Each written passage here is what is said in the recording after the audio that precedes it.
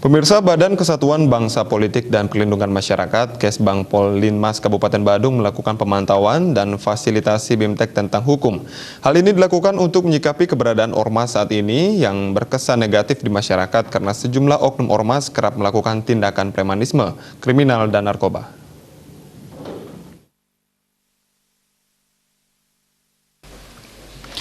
Badan Kesatuan Bangsa Politik dan Perlindungan Masyarakat Kesbang Pollinmas Kabupaten Badung Inyoman Swendi mengatakan keberadaan ormas dilindungi undang-undang di masyarakat untuk memperkuat posisi ormas dalam partisipasi pembangunan. Setiap tahun pihaknya memfasilitasi pemberian BIMTEK mengenai materi aspek hukum dan kriminal serta materi pelaksanaan pemilu dari instansi terkait seperti kepolisian, TNI, dan KPU.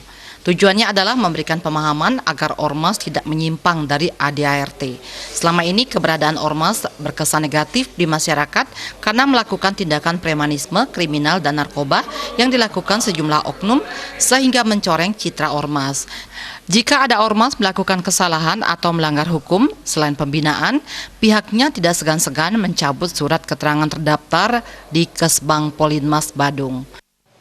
Kalau terjadi ormasnya yang bermasalah, kami berkewajiban melakukan pembinaan dan komunikasi.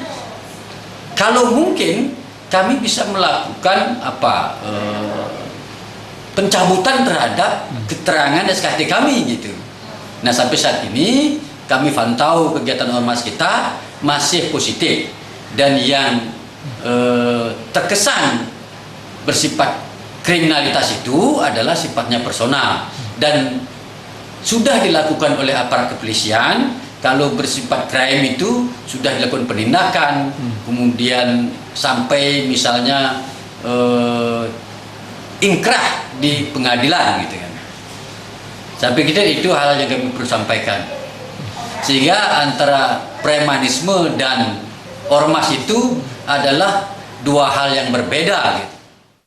Inyoman Swendi mengungkapkan keberadaan ormas di Bumi Keris berdasarkan surat keterangan terdaftar sampai tahun 2017 yang berjumlah 45 ormas. Sejak tahun 2018, pendaftaran ormas kewenangannya berada di Kementerian Dalam Negeri. Kesbang Pollinmas hanya memberikan rekomendasi. Winata, Bali TV.